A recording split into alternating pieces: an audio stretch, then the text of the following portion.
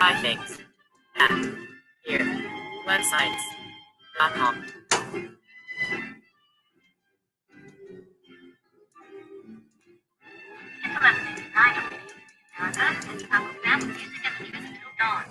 Right now, I've got a few words for some of our brothers and sisters in the occupied zone. The chair is against the wall.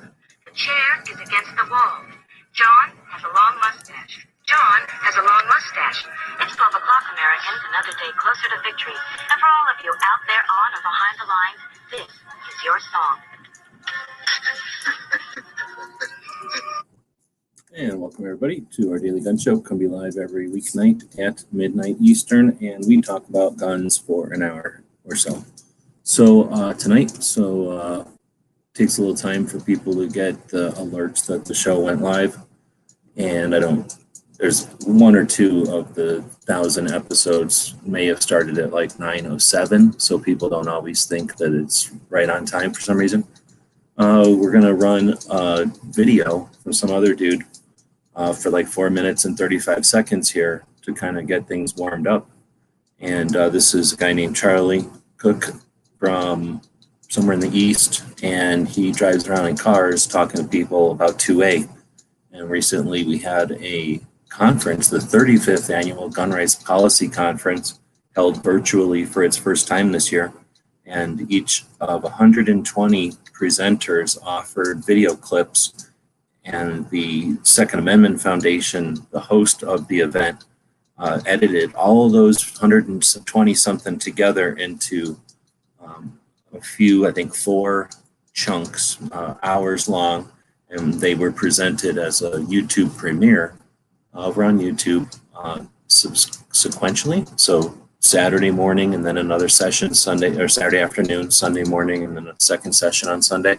So each of these presentations was on topic, on an area of interest, on a point, or about an organization or something.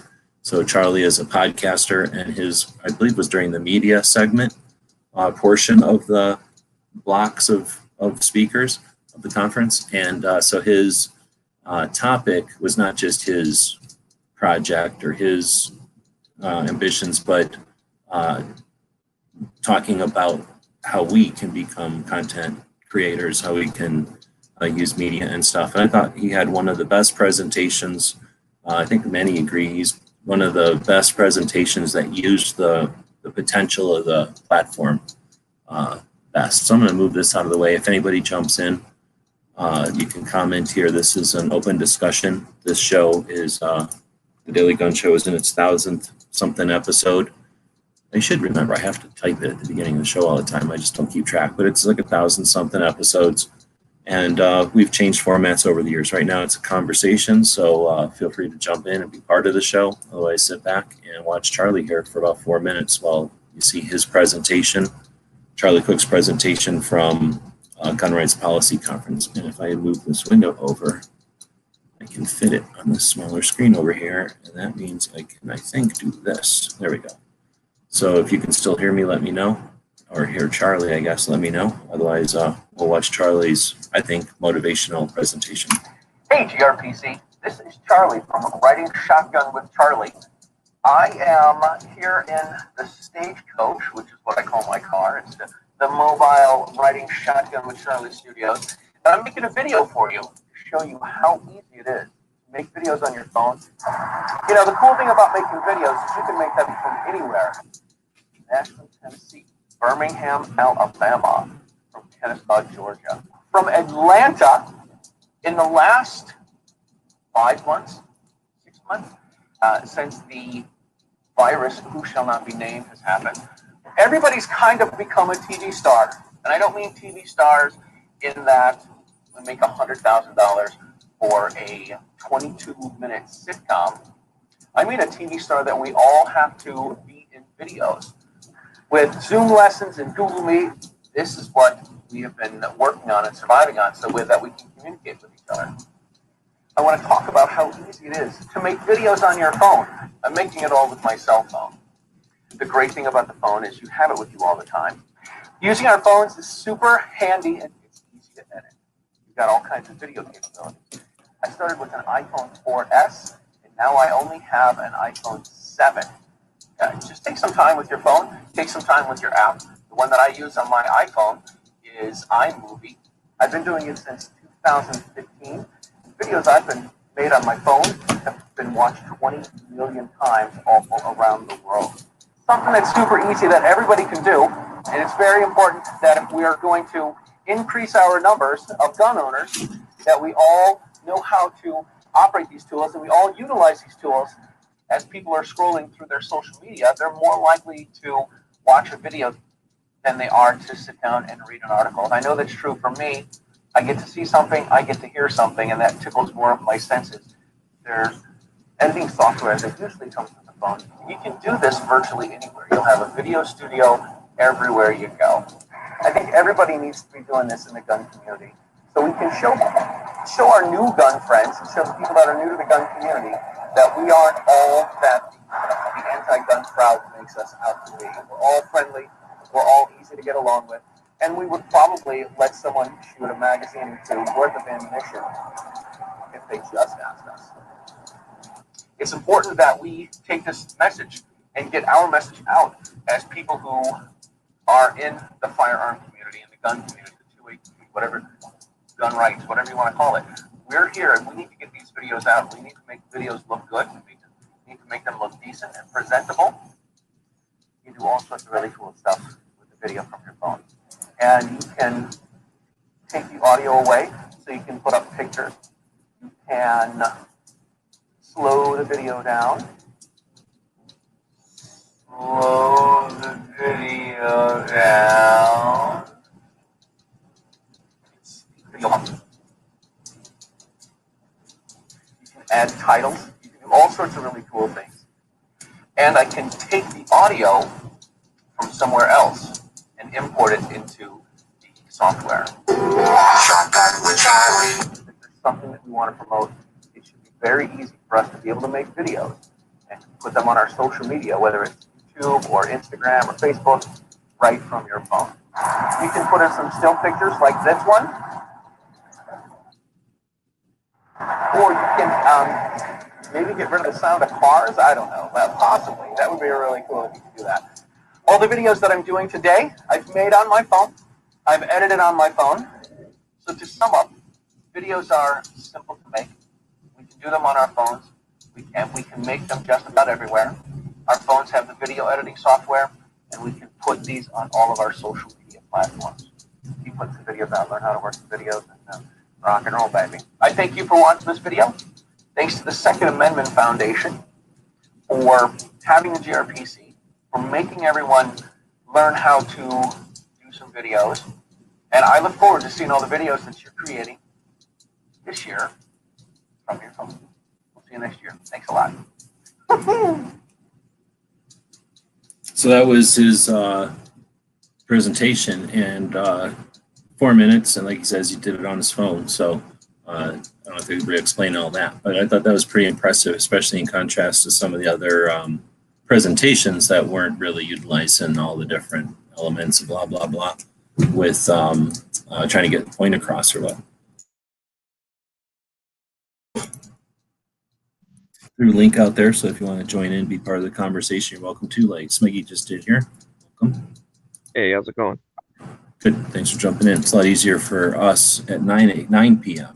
Well, yeah, it's 9 p.m. right now, than it is for some of the people back east. I keep getting, well, every once in a while I'll put out like a feeler, see what people think, if I should change stuff. And I guess I don't know the percentage, but there's definitely a percentage of people that think I should do the show earlier in the day.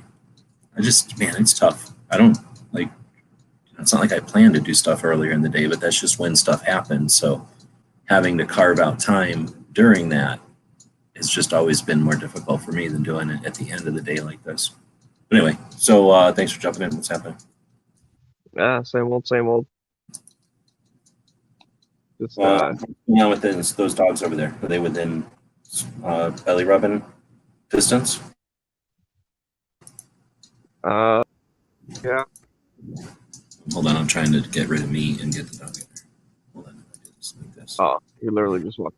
He'll come What do back you when got? You got some kind of rug outside? What kind of things happen in California?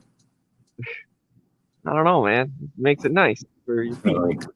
feel like I should be showing this on video. And you're now look, he holds it like a Californian. Look how he's holding his phone. Like we get paid for all this black space. People don't show up on this show to watch a bunch of black space on the sides of everything. There we go. That's a full-size dog picture. Like this. There we go.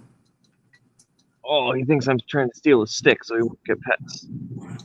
Oh, Try doing this.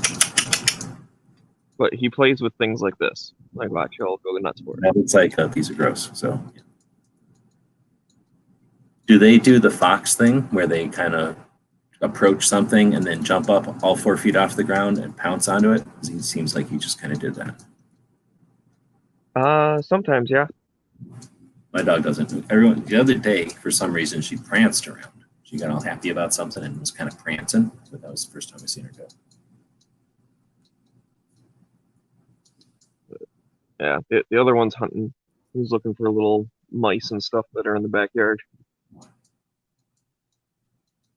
He's gotten 2 rats so far since we've had them. Where is your location here? Is this like a bunch of houses are on the other side of your fences, or is it like national lands for miles on the other side of your fences? Nah, see, house right there, house right there. Okay, so you don't got like critters, wild critters tracking through your yard every evening. So these dogs are encountering, it's just whatever birds might drop or maybe some random cat or something. Yeah, Like where you used to live, I could see like, I don't know, a raccoon or something come walking through there because of so many big backyards and nothing really to bother it. This doesn't seem like a raccoon would be hanging out back there. just gotta go grab my flashlight real quick. Look at all these rugs. Like giving away rugs in California? You know, flashlight come in here and flaunting all those rugs everywhere. Different flooring surfaces. I mean, I got 2 rugs here. I don't know where to put them. They're just rolled up. Holy moly. They have to have seasonal rugs. Well, you never have a beige rug out after Labor Day. Oh, there he is. Hey, buddy. But anyways, I was just grabbing the flashlight just to kind of show. We got little critters that like live back in here. Yeah, you got plenty of room for stuff to live back there, yeah. Yeah, back behind that fence, there is just like open wildlife area. How close to the ocean are you? Do you get ocean breezes and stuff? Yeah, it's a mile away. Oh, really? You're really close. So you have to worry about like an ocean storm coming and raining. Yeah. Do you ever drink salt water? Is it close enough that like saltwater spray gets all the way to you? I haven't really noticed that. I think I've been places where I was like, what the hell? I'm tasting salt. And then I figured out like, wow, I'm really far from the ocean, but I guess it's like, you know, the mist or something is like carrying over here because I was tasting salt in here. But you're not that close then. No, I think it's more so because like where the ocean is, it goes like right to a cliff. So our elevation is actually kind of high, even though we're really That was close. the next question. If you walk to the ocean from there, then you just can't go walk in the ocean. You got to jump off of some cliff into the ocean. Yeah. In Is fact, there a ladder? So if you did, you could climb a ladder back out, or is there like a ramp or something? so yeah, the one like little parking lot that's near us, it holds like 5 cars, but then you like walk, it's about a mile by the time you zigzag back and forth. So it's pretty gradual. Like you just got to keep kind of going back and forth. Oh, I've seen those. There's a Rockford Files where a guy gets killed on a ramp like that. I know exactly what you're talking about.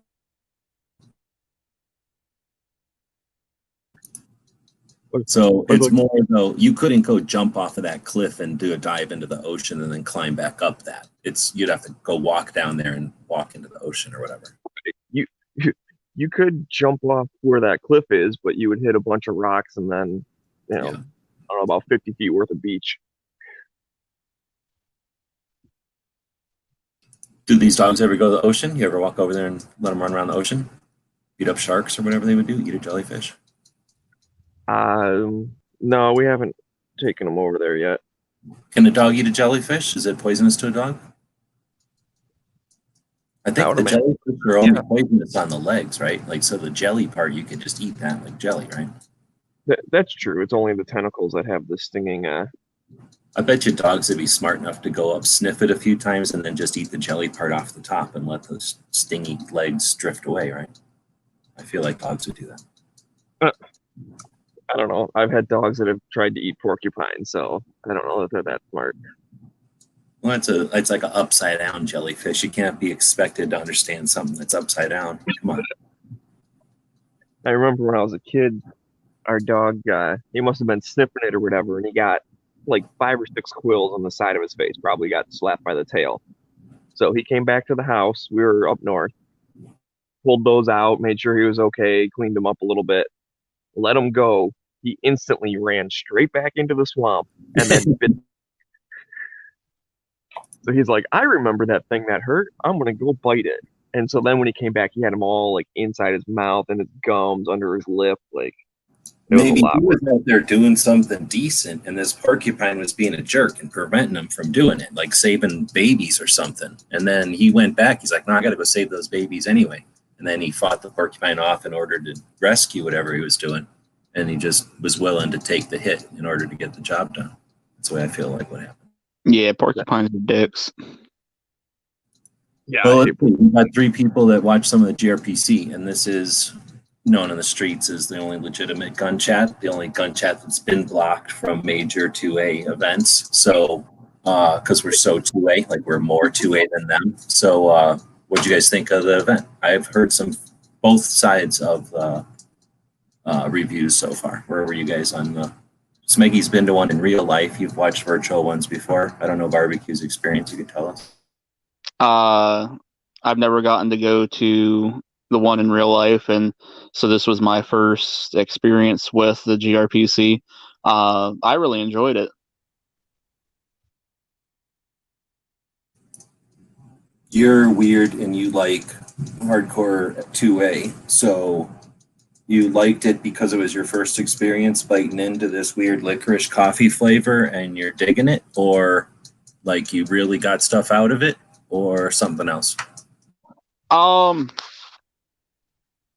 don't know. I just the whole experience of it, getting to hear all the different speakers, the different things that they were talking about. There was a couple where I was kind of like, I don't see. Like there was the one guy that was talking about, what the heck was it? Basically, hospitals being targeted. And I'm like, and then the statistics he's given are all from like Afghanistan. I'm like, well, what the heck does that got to do with 2A here?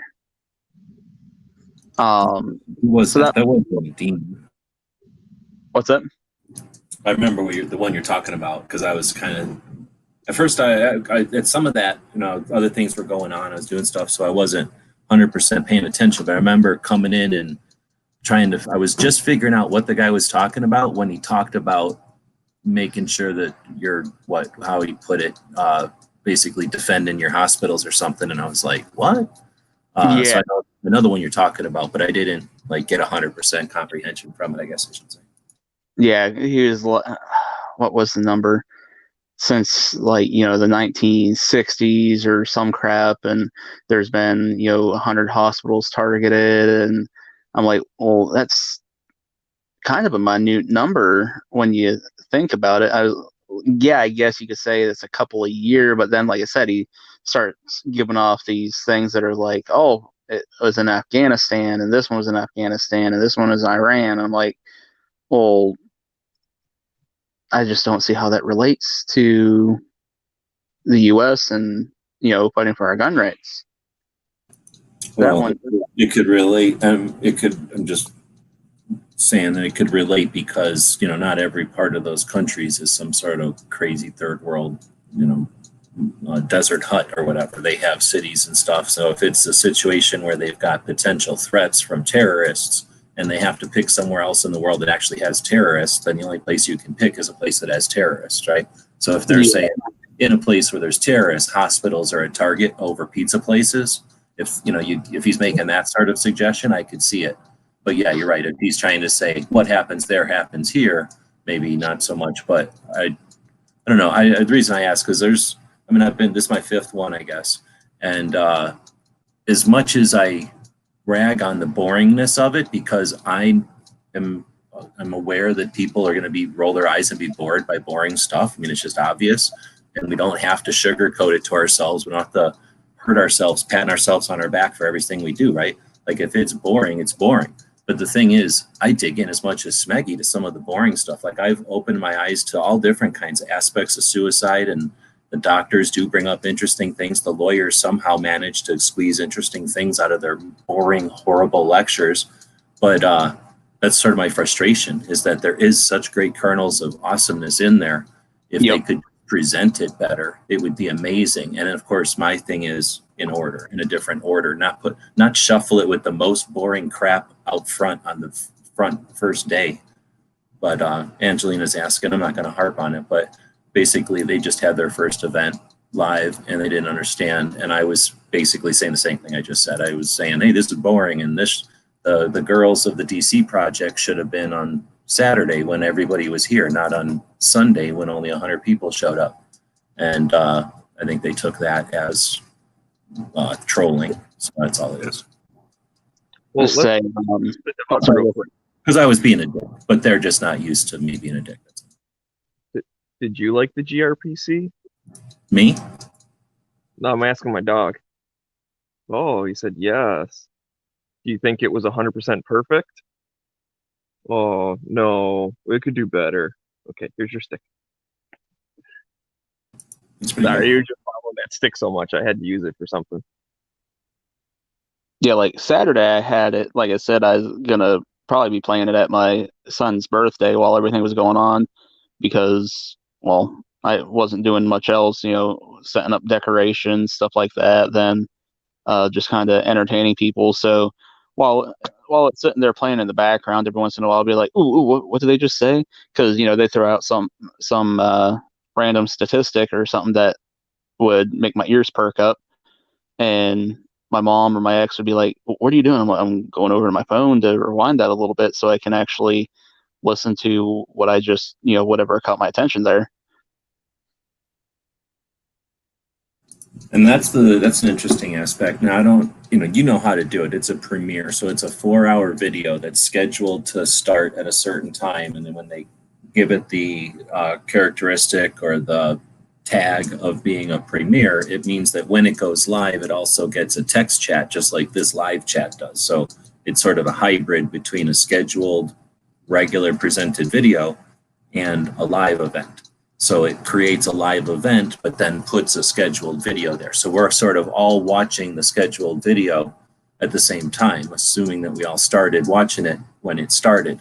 So that's the first thing you encounter, is that people are going to show up 5 minutes late, and the system is going to show them from the beginning. And then after about 20 minutes, somebody shows up late, and it's going to show them at that 20-minute running part.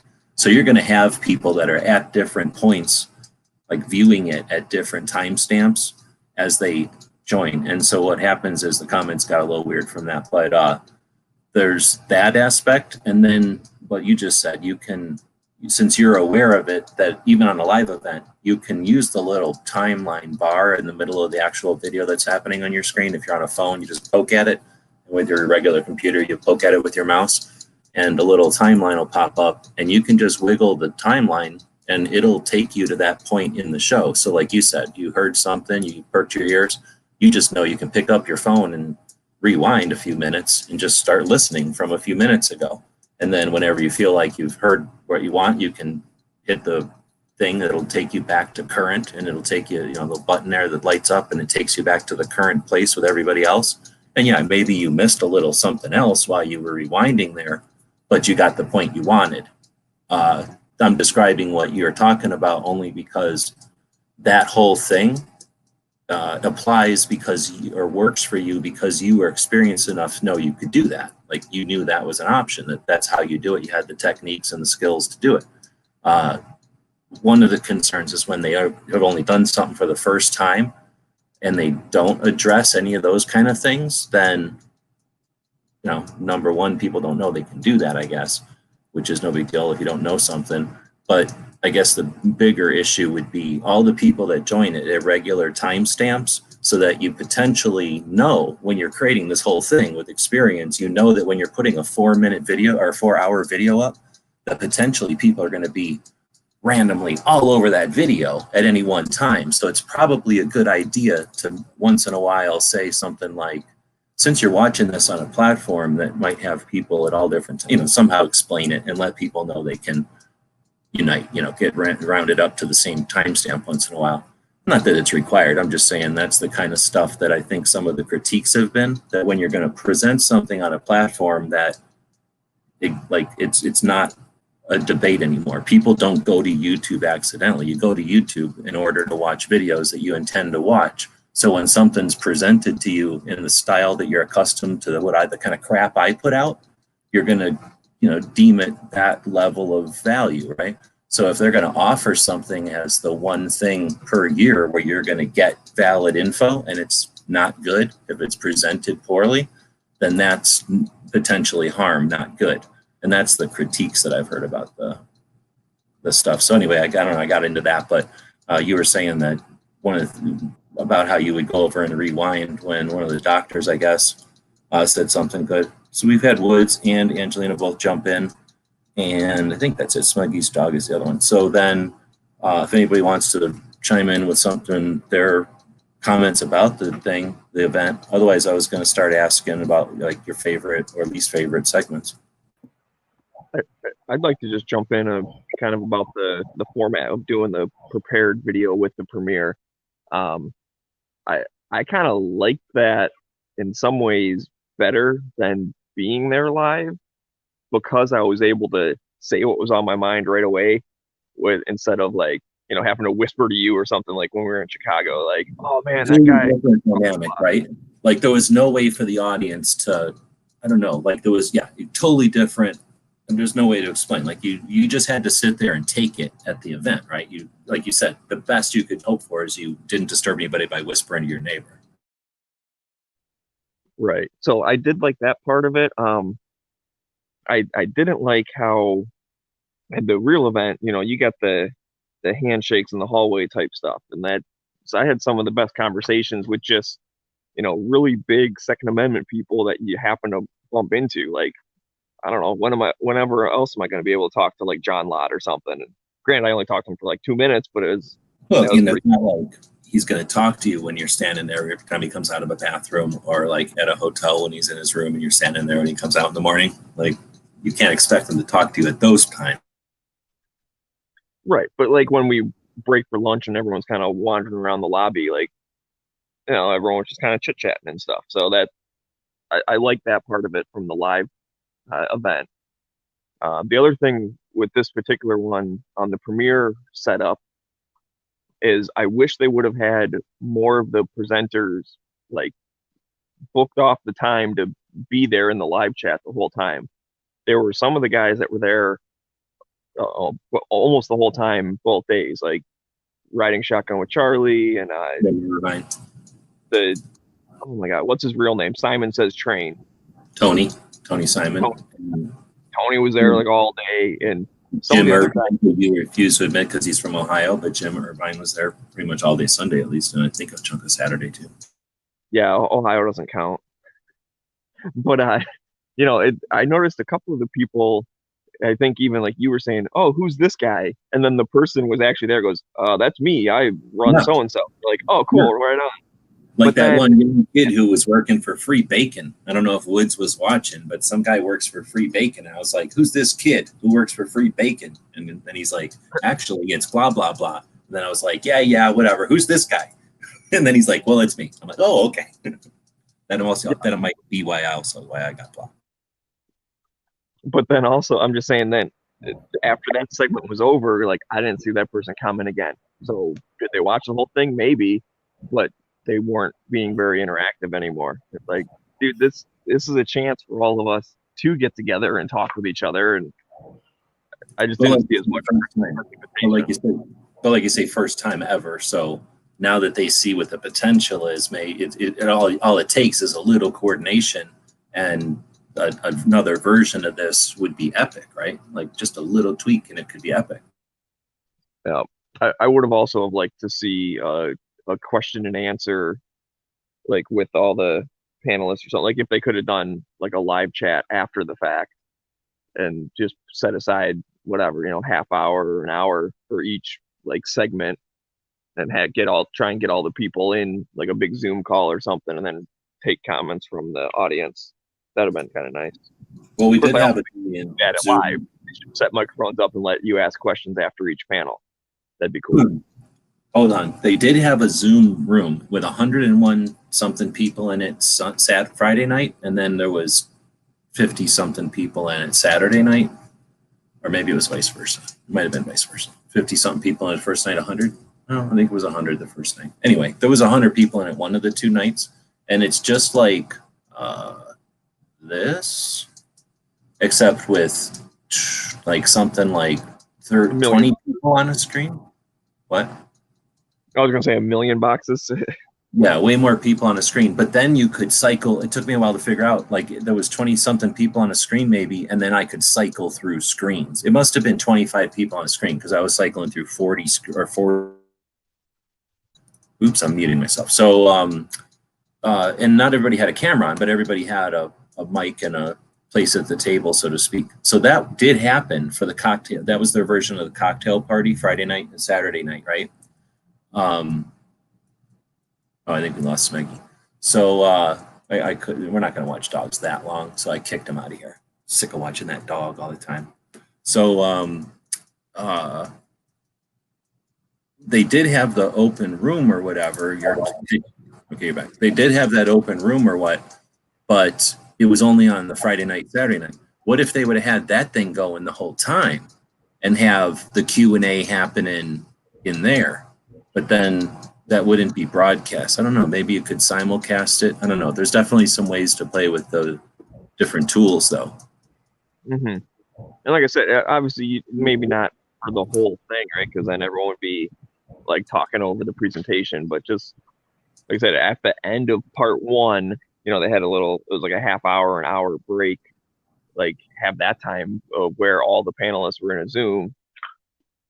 And then you could, because you just heard them talking, be like, hey, when you said so and so, like, what exactly did you mean? Or I had further details about this thing. And I feel like if you're going to roughhouse like that with that dog should have a helmet and elbow pads on. Look, that was dangerous. So he jumped up in the air. You get a helmet for that dog? Is that law in California? Do I have to alert somebody? Who do I sue? Needs a pair of Nike shocks. I feel like, yeah, some sort of feet protection because of all that stone he has to jump around on. He's being forced to. And then some sort of elbow protection. As padding. Oh, your fancy rugs. Look how he had to bring rugs into the conversation again. Even as he's being persecuted for dog jumping. Angelina, how many carpets do you have? How many throw rugs do you have down there? Is this a thing or is this a state thing? I don't know. I mean, he pretty much lives in like a different state, so it's not the same. You don't have a requirement to have a certain number of throw rugs in each room and outside. Like I said, it's a nice place to put your feet on. No, I'd have it, probably. I don't know. I think I'd probably, if I had that much concrete, I'm thinking I'd have, what do you call those things? Big, like, things with plants in them, big containers for plants in them. Yeah. I don't go rotating around, though. This is all ash from all those fires. It's all over everything. Anyway. All right, well, so we were chatting about GRPC. Anybody else seen it? Anybody got any favorite presentations, worst presentations? Did we miss anything? We got some people out there watching tonight, so thanks everybody for joining. This is designed to be a conversation about guns and not about, like something to buy or something to fear. So always appreciate having people to be part of it, and people are chatting. So I'm trying to see, besides the people that are in here, DJs out there. Go ahead. I think something I'd like to see them do if they were planning on doing this digitally again and not doing any more in person is break it up into doing it multiple times a year, whether it was quarterly or just every 6 months, instead of doing all of it at once like this. Interesting. Well, I hope they don't go just virtual. That would be, I think, the worst case scenario, I think. But if they continue to go virtual, I see what you're saying. Like do all the boring stuff in one pile and then do all the good stuff in another pile, or half and half or something, but winter, Yep. fall or some shit, or some division. They could even do one virtual where they have like because they know it's going to be virtual. This year was kind of weird that they thought they were going to do it live until like a couple weeks before or whatever. But that would definitely help them with their video editing type stuff maybe if they had more time. But do one virtual a year and one in person a year, then you kind of get the best of both worlds. Because like I said, I can't overstate enough the being able to shake hands with people and the conversations that are probably way above my head that take place at that meeting is probably pretty important. Like, as much as we rag on, oh, the lawyers are boring, they probably talk to each other and say, oh, have you tried case number 59273? That one, use this clause, and like, oh crap, I didn't think of it. And the next thing you know, like we win one of our cases because the lawyers helped each other out. Were you listening to the part where this little dude, it might have been the dude from Tucson. It was either in the boring lawyer part or in the boring media part. And it was like they took a bunch of boring stuff and shuffled in this other boring guy from Tucson, though. And in the middle of all that, he says that Alan Gottlieb back in the old days started this whole thing, and instead of having a gun rights policy conference, he had the gun scholars conference. You remember that part? It was on day 2. I might have missed that part. I was it was super hard to pay attention to. Like literally, they couldn't have picked a more hard part to drop this little piece in. I think I was talking to Jim Irving at the time in the chat. I was still chatting, but on Daily Gun Show's name, I think, at that time, because I already got in trouble. But that part was cool because I had no idea that what was happening between 1971 when Citizens Committee for the Right to Keep and Bear Arms was created by Gottlieb when he was like 24, and 1975 when he created the Second Amendment Foundation. I always thought the two were like, one of them was for lobbying and one of them was for education, because these nonprofits can only do one thing. They can't do more than one role. So I just thought it was like to do a different direction or a different thing. But it turns out the first one was to have a couple of years where he just brought gun rights attorneys, I don't want to say philosophers, but like, what do you call that? Like scholars together, and they created a bunch of stuff. And do you know the book, Don Cates wrote a book, and we were listening to something with John Locke or something at one point, and it was brought up that this book is what started the modern wave of Second Amendment as self-defense, as constitutional carry and not constitutional, concealed carry, and the right to self-defense. That hasn't been part of Second Amendment issues until very recently. And this book by Don Cates is one of the things that was brought up. It was like a 1994 book. One of the things that's brought up as this, the beginnings of this modern wave of Second Amendment advocacy focused on self-defense. And I knew that book existed, but I never heard that the reason that book exists is it's a summary of those conferences by scholars. So basically, Alan Gottlieb, when he was 24 years old, 3 years after the Gun Control Act, right, of 1968, well, actually the group of them that happened in 1968, a couple years later, at 24 years old, he starts getting scholars together once a year, and then that kickstarts everything that we've got modern 2A, all the concealed carry and the organizations that followed and stuff. I mean, it's not like, they snapped their fingers and some sort of superhero shit happened, but that act of a couple of people kind of got major balls rolling and then changed direction, shifted some directions and things.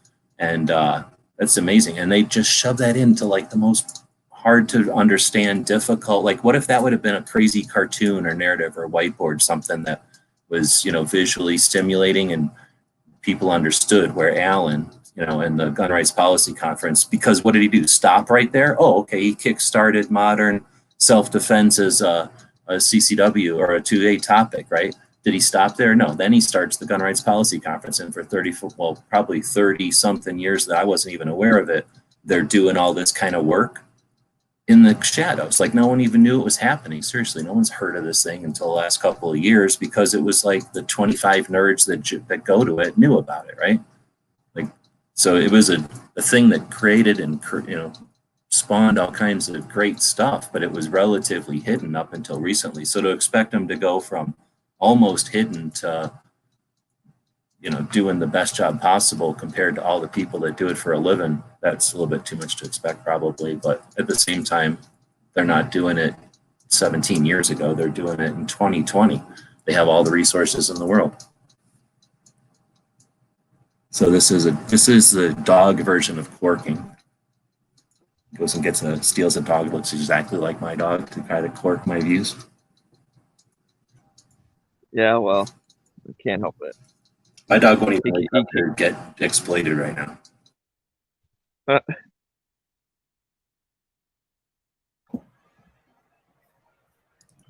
Bishop, you didn't even know about GRPC? That's a tough one. I mean, I guess I didn't promote it very much either, because I don't know. I just wasn't able to get all the shit together to make a big to-do about it. But yeah, I don't know. What do you guys think? Did you see anything leading up to it? I mean, except for Cheryl Todd, I don't think I saw anything about it anywhere.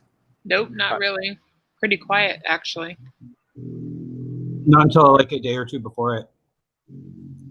That's exactly what I was going to say. I saw something on Instagram, and it was either you posted it, or I have to say maybe Rob Pincus, because he posted a bunch of GRPC stuff too.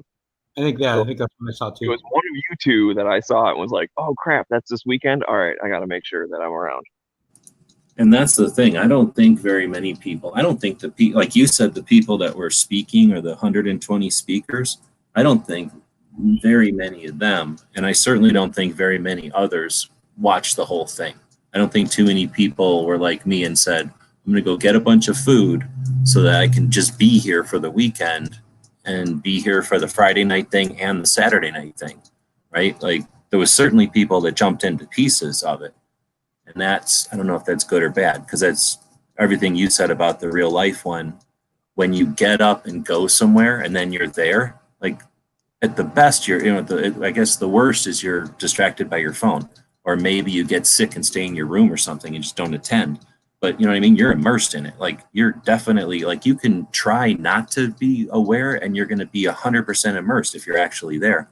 Where with this virtual, I mean, holy moly, was anyone even 100% interested in it? Like, even when we were watching it, we were watching the chat room also. Like, you're all automatically, by being virtual, you're distracted. Like, it's only a secondary attention thing, right?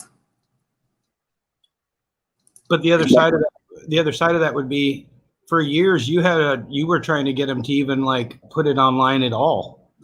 Oh, I know. But then here's the thing. I think somewhere, I'm going to say, well, I went in 2015 after knowing about it for many years, because my friend Charles Heller here in Tucson is a radio show guy and is sort of a techie radio show, radio equipment guy, right? He likes working on the nuts and bolts of working at the radio station. So he would bring like all this elaborate equipment and the soundboard and the amplifiers and everything, the PA system, whatever that stuff's called, and then a computer to record it all. And his role in GRPC since, I think really since the early 90s or something, has been to attend and to record, well, to run the soundboard for him, and then to record off of the soundboard.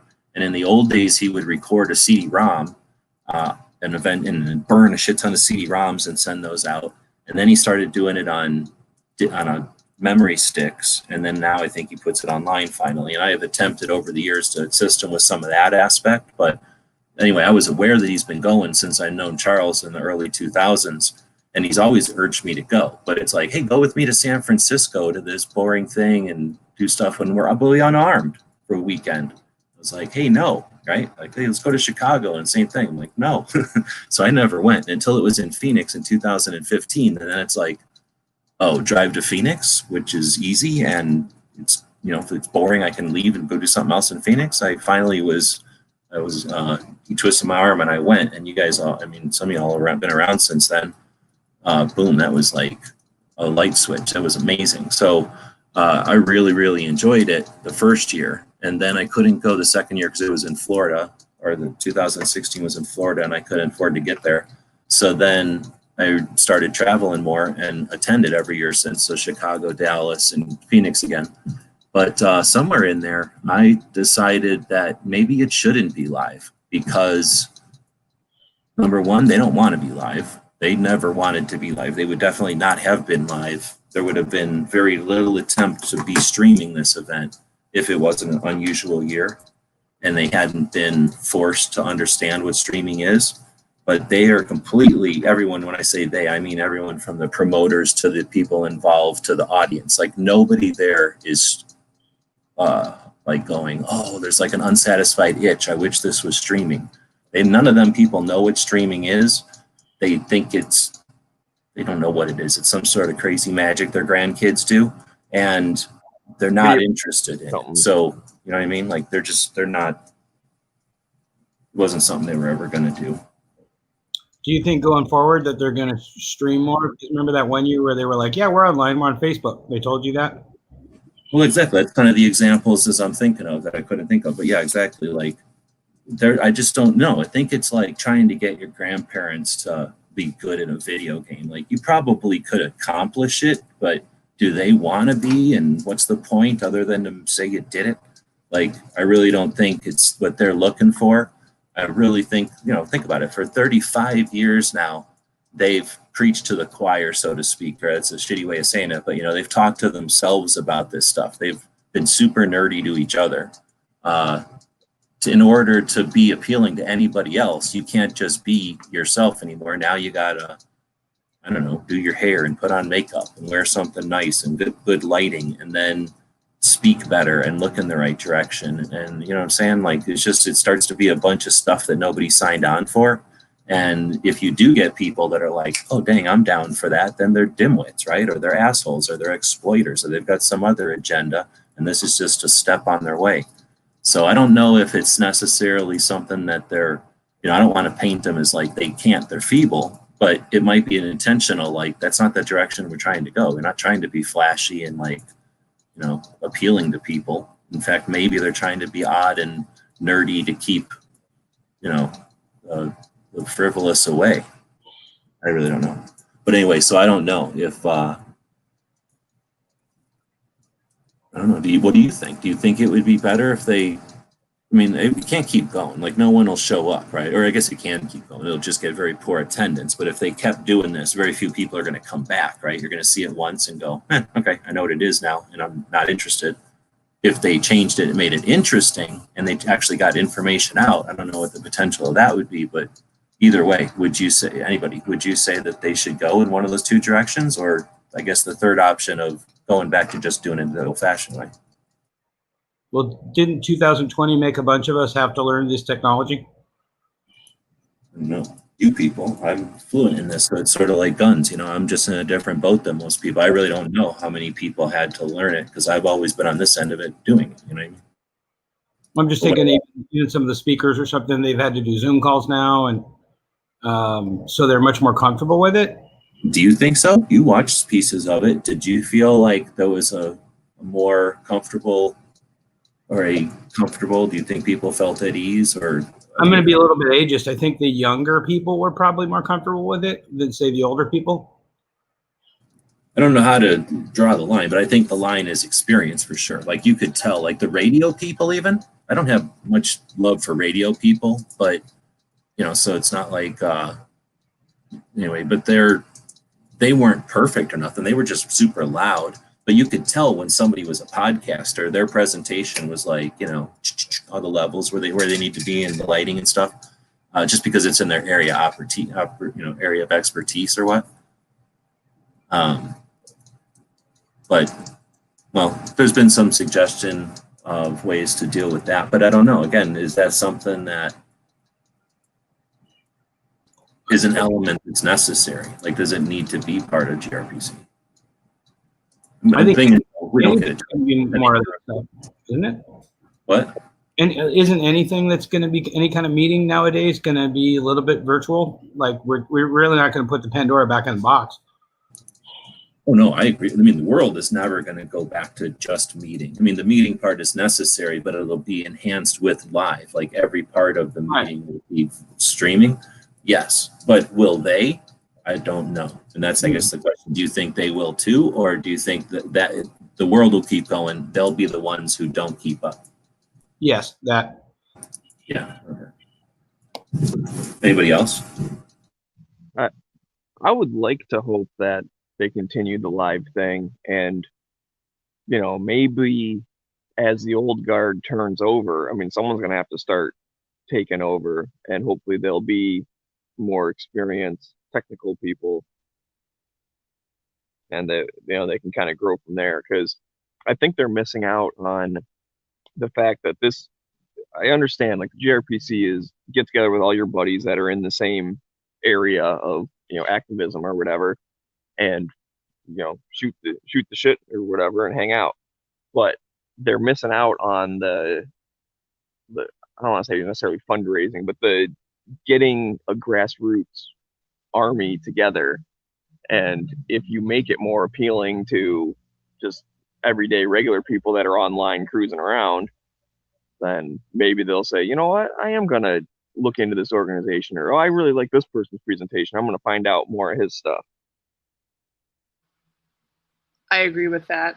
I think that's pretty accurate.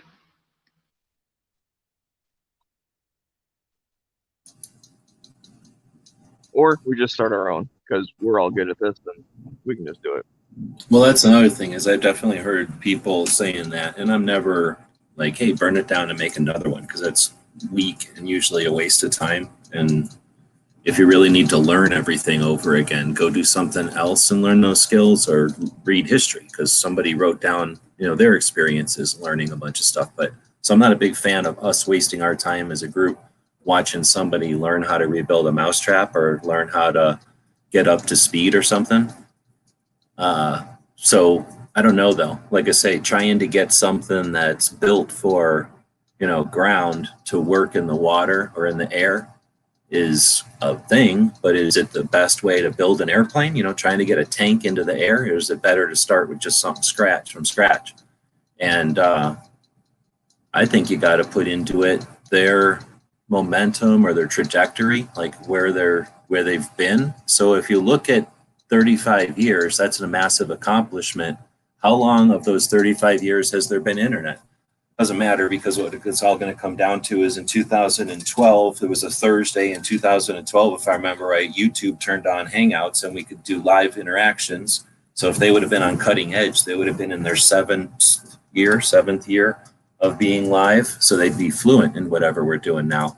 The fact that they're not is a factor, right? And the fact that if you look at everybody else in the world and their use of tech and their potential capability with whatever's next is bringing grandpa along, necessary or valuable, again, trying to get a tank into the air, or is it time to just learn lessons and start a framework that isn't built for land or air, but built for space travel or something that's next, But we don't make those decisions. I guess all we can do is chat about it over here. Enrique's out here. I think once they figure out how to get through the event this year, they'll come up with some ideas. I don't know. And then I've had two people watch over my shoulder without me knowing, and they were stirred by a couple of cases that really interested them. Now they're like totally looking into the stuff. Well, that's interesting.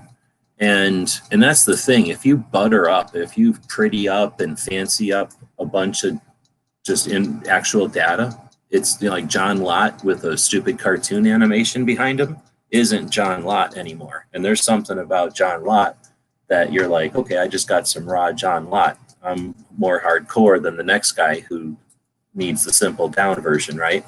So I'm not about dumbing everything down to sixth grade level just because that works for everybody, because then you just get a bunch of dumbass sixth graders running around.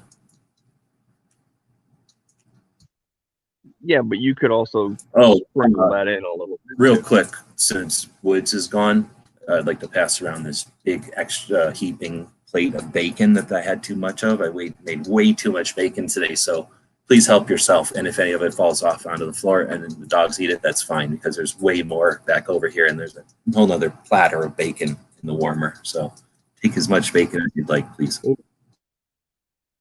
yeah, I love bacon. Thank you. Bacon. There's my Dang, now I feel bad that dog thinks there's bacon. Oh, no, I don't, because that dog's eating dirt. Look at that. That dog's got dirt tongue. He's German anyways. He chases those sticks and then he drops it in the dirt and then he tries to dig it out. And the white one's just wandering around looking for mosquitoes to eat or something.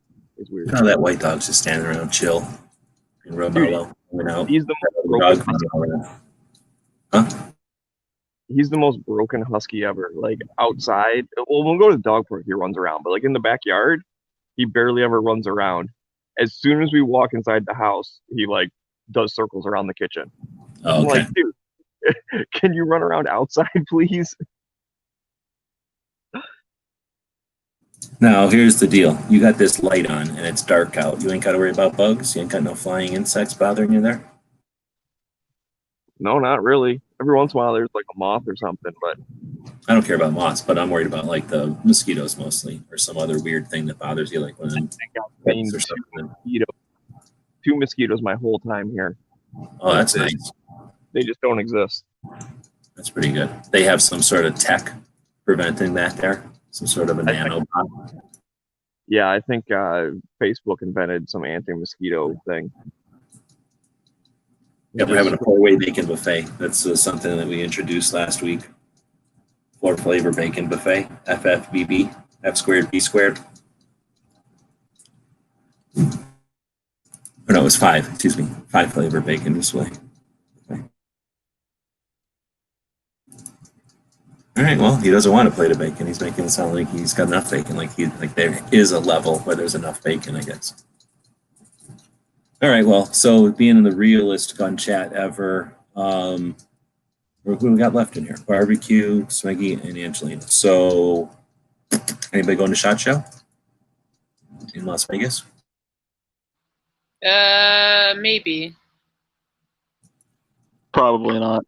I don't think that's going to be in the cards for me. Are you going? I'm also a maybe. I have a big work project that is happening sometime in January. We don't have a date yet, so knowing my luck, it will happen right then and there. And there's Is no that way the electric van? Whenever they get the electric van project going, whenever there's like that list of people who are going to get one, scribble me in at the top of that list so I get one right off the bat. I'll see what I can do. Right on. I've seen the thing that they're like a fake version of what somebody thinks it's going to be, and I'm digging it. So pretty sure I know what it might be, and I'm digging it. I don't know. I'm going to go to Vegas because it's only 8 hours away, but I'm not going to hang out at SHOT Show if they're going to make you wear a mask and be afraid for a living or whatever. I'm not down for that. I'll go experience the show and the town and the shoots and stuff, but I'm not looking forward to being weird with a bunch of people that are down with being weird. I have to say though, if they do something like that, it might be the first year ever that SHOT Show crud doesn't exist. That's the thing. I don't know. That would be interesting.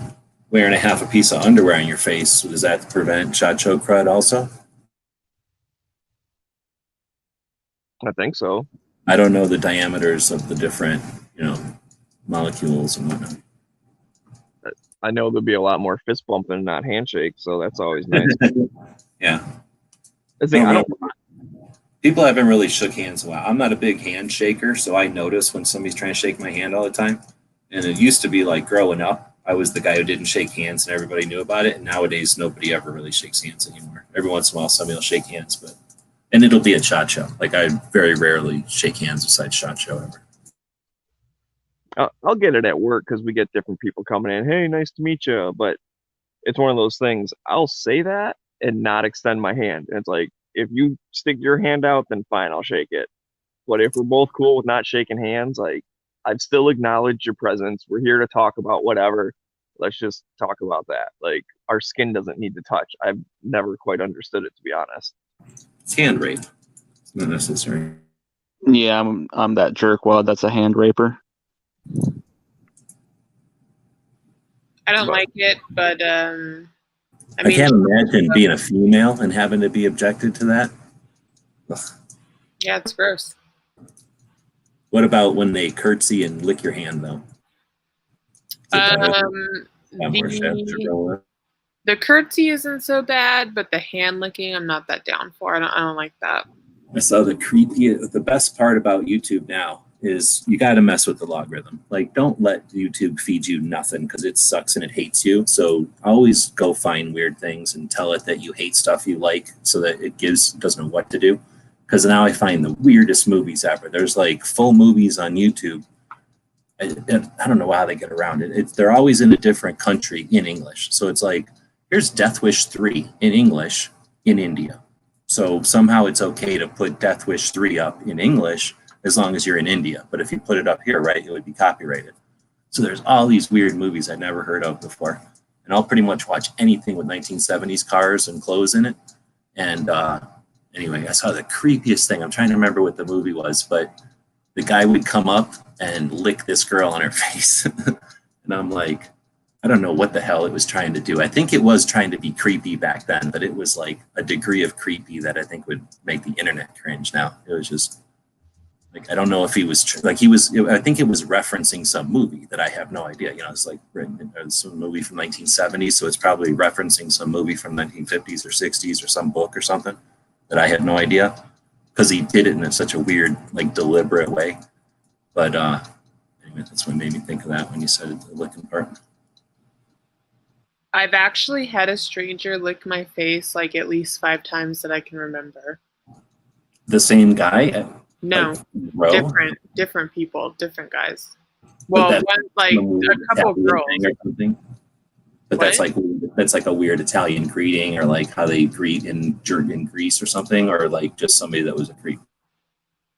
No, it's not an Italian greeting, but it was a well, I guess it was a greeting of some kind. Like at least 3 of them were homosexuals, like at a club. I used to go to this bar a lot called Mickey's in West Hollywood, and on Tuesdays it was college night, and they had go-go boys, but it was a gay bar. But the guys are really hot, and my friends and I had a really good time, so we used to go there all the time. And are boy go-go dancers at a gay bar gay dudes so that they're like, ew, girls, or are they regular dudes who are just doing it for the gay dudes and they're like, oh good, there's chicks in here? Some were gay dudes, some were straight dudes. So for my 19th birthday, I went there for my 19th birthday with my friend Angelisa. So that's weird, right? But anyway, so our birthdays are together, so that's where we had a little party. Did she intentionally rename herself to that after she knew you, or was it just a coincidence that we were both born that by your parents, or named that by your parents? It was just a coincidence. But she also went by Angie. So, and I hate when anyone calls me that. Like, it really makes me want to die. So, yeah. But anyway, on our birthday, what if they say Angela? Like that. That's still not good. That's still not good. What about that night that I was first on a chat with you and I kept calling you Elizabeth because apparently I couldn't read? Yeah, that's pretty hardcore. Yeah, afterwards, G was like, why'd you keep calling her Elizabeth? I'm like, that was her name. And he's like, no, it wasn't. I was like, oh, shit. That's like, you're like the new Dano. That's what that means. Also, I still haven't received any form of compensation for that, so I don't know if G didn't pass along my address or what, but we can work that out after the show. Wait, what happened? Oh, he didn't, for when he like kept calling me Elizabeth, I didn't receive any like compensation for that. So I was wondering if maybe you didn't pass along my address, my fake address. Oh, okay. The box, the redirection. Yeah. I want to speak up on his behalf. I think he did send it, but he sent it to Elizabeth, so the post office rerouted it. Well, the problem is I'm blind, so like I don't know what I'm writing. Well, okay, so let's talk about mail. I alluded on Friday of last week, which would have been the last show of this series, that you and this girl were going to get what's coming to you in the mail. So did you both get what's coming to you? Yeah, I actually got it on Saturday. You were the first two to receive my new thing that I put together last couple of weeks. Did you get a chance to look at it yet, Angelina? I didn't get anything yet. Where did it go? You got it. I've sent it to your fancy new address. I'm pretty sure I'm going to go look right now. Yeah, look right now. If not, I'll get it tomorrow morning. Oh, no, you got it. It said it came in. Yours was there Friday or something. Oh, was it really? Yeah. I thought I sent it to your fancy new address because I think I took it off of Instagram. You Let me probably make did. sure that- No, he might. He's the one that got it first. That's what it is. No. How did I get it first? Let's say Yeah, like I'm on the other side of the country. Yeah, exactly. Yours got there. I sent it. I forget what day. But yours got there right like the day after or something. Mail's actually going pretty good. If you use the prepaid things, or if you, I don't know, just ship stuff at like the $4 first class level. Like if it tells me it's going to take 5 days, it's sometimes taking 2 days. It's crazy. Anyway, it does say your shipment has been rescheduled to the next delivery day. So sorry about that. And that was on the 17th. What? So yours is sitting on hold somewhere. Oh, that's Since the 17th. I'm going to track it with this button. Status alert. Rescheduled to next delivery day. For address verification. Your item was returned to post office for address verification on the 19th in this place in California because of an incomplete address. What the hell did I do wrong? I put something in there wrong, I guess. Oh, you know why? I think I put O and A. Oh, that's okay. I got something today that said that. Okay. Well, then, so you didn't miss it yet. I don't know if I should. I'm not going to talk about it because I don't want to talk about it. So Yeah, don't talk about it because now I feel like there's a surprise and I don't want this. Well, you're going to get what's coming to you in the mail. I figured I could do that last week, so I'm going to keep doing it. Anyway, I made a new thing, so sent it out to these two to test. See if it kills anybody. If it hurts. If it doesn't, then maybe other people can have access to it. Is it California legal or should we not talk about that? No, it's fine. In California, you can use it both medicinally and recreationally. Oh, okay. As long as it doesn't have more than X amount of pages or something. Yeah, 5 pages. That's enough. Anything else and it's an assault book. All right, well, I guess we can't talk about that then. So we're at right around the hour mark, and I don't know what else or chat about. Anybody else have any other topics or things? Gun rally coming up on the 29th in PA here in the Harrisburg.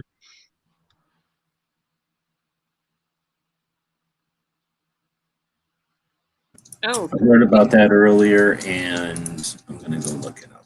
So, Harrisburg, 2A Rally. You guys are the ones that own 2arally.com, I think. Some of the pages. Yeah, I'm not sure who owns it. I'd like to find out though. They bought it. Well, here's how you find out. You go to the ticket, and then you go to Wayback. How far back? All the way back. Wayback Machine, and then like this, and then you type this in here, and then you go backwards in time on the internet to see that it was created in 2009, and then you go look at it in 2009, because this is a piece of it. This is a copy of it in 2009, and it'll probably say something like about us or something like that. So even if it don't, then you could probably talk to Daryl Metcalf or Stephen Halbrook or Larry Pratt. No, maybe not Larry Pratt. He might not answer your phone, but Halbrook might. Anyway, you could probably talk to one of these people and say, hey, who started that whole thing? But I imagine somebody probably knows before that. But anyway, it started in 2009. Somebody smart bought 2arally.com. instead of using it for the whole country, they hork it to Pennsylvania, which is their right because we're capitalists. So yeah, I've been envious of that because I wanted to buy that domain in about 2016 or something, and they owned it, years ahead of that. So they were smart. Anyhow, 2021, all I see one here is, 20, what am I saying? 2020 is, September 29th. Looks like you got Antonia Aquifer from GOA. Nikki Gozer from Tennessee.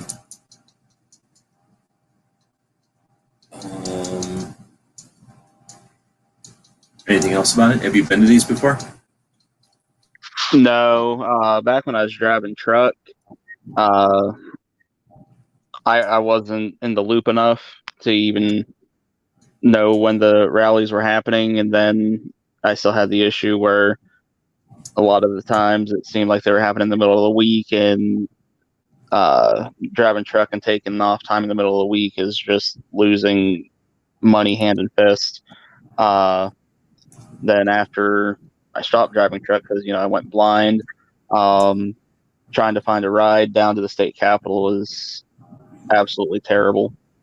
I mean, it's only about a probably 4.5, 5 hour drive from where I live, but finding anybody to actually take me is, like I said, just terrible.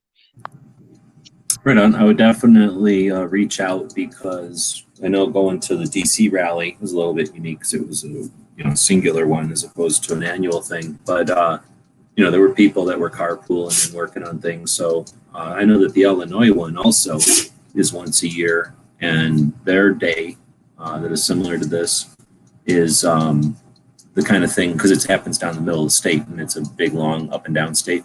So they'll be bused from at least from Chicago area. I know they take buses down. So it's possible that there's some kind of infrastructure in place to accommodate what you're talking about. Because it's the same problem with a bunch of people, but it's not the same kind of problem when you've been doing it annually since 2006. Like if you go to their About page, it tells you.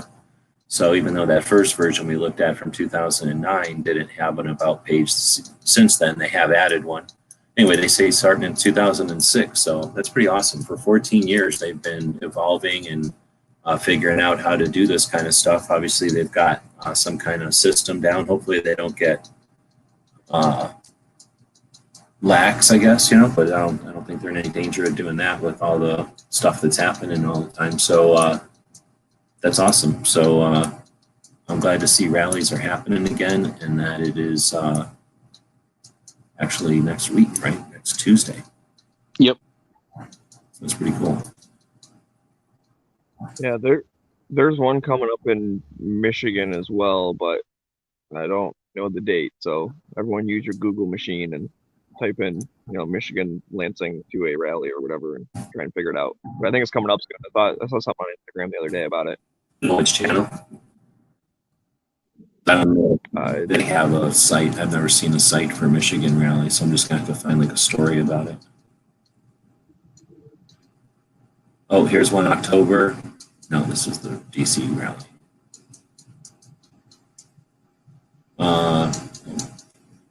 Anywhere? Lansing? Yeah, Lansing's the state capital.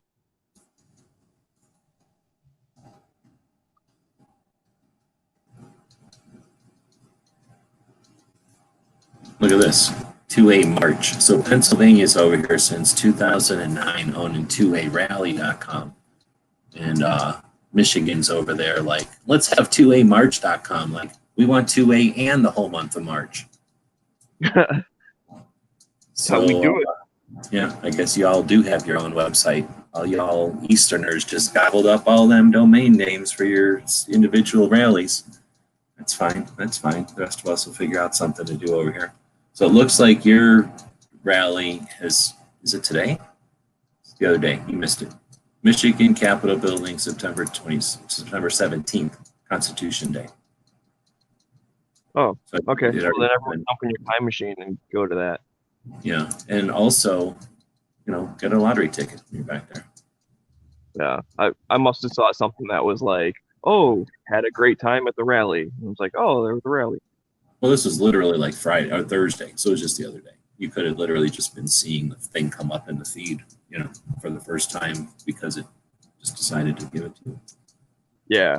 Yeah, I had to update Instagram recently to be able to see like the story reels, which I don't know what the difference between that and just doing a little video or whatever. But anyways, ever since I did that, Instagram's like super weird. I Oh, get well, to here's the deal. Because of this show being the realist, they had to update Instagram to factor in actual realness. Too much fake ass whack shit was happening, and they needed to create some sort of a division so that those of us that are legitimately real, are indicated appropriately. Oh, okay. But I just know that, I'll see two or three from like my actual followers, and then it goes to suggested posts.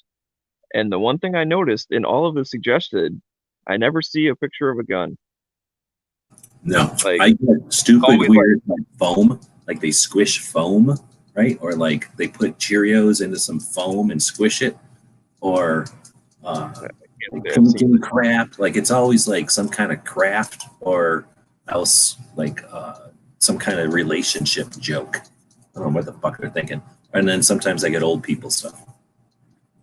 I get a lot of dog stuff because like I do follow a couple of like German Shepherd or Husky Instagram things like reposters, but it's always like, hey, based on photos you like, and I go, okay, out of I don't even know how many people I follow, let's say 200 pages, 198 of them are gun pages and two of them are dogs.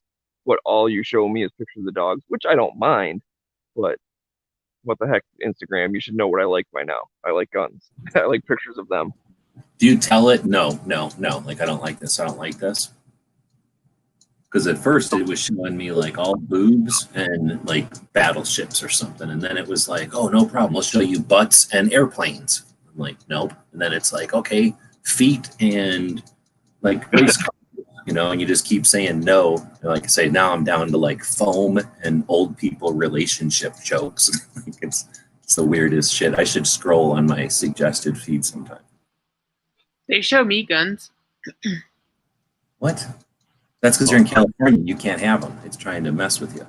I guess. Well, isn't Smeggy in California too? Oh, that's true. But he acts like he's not. So maybe they don't know. Debunked. Did anybody watch The Social Dilemma? The movie The Social Dilemma? Did anybody seen it? No. No. It's on the Netflix. When you look at it, it looks like like a cell phone with a broken piece of glass, like a broken screen. So, and then it says just in white text, The Social Dilemma. I can't recommend enough. It is definitely worth watching. 100% like worth just dropping everything and watching it. It's some of the people who invented some of the key pieces of the stuff that we know, like the guy that made the like button, for example, or some of the key features of these platforms, the key people that were there at the founding of some of these, or the creation of some of these, or the evolution or whatever. And the same people who have left industry, and then it's like interviewing them on the reasons that they left. And they all revolve around it's basically not safe or good, and all the different reasons why they're concerned.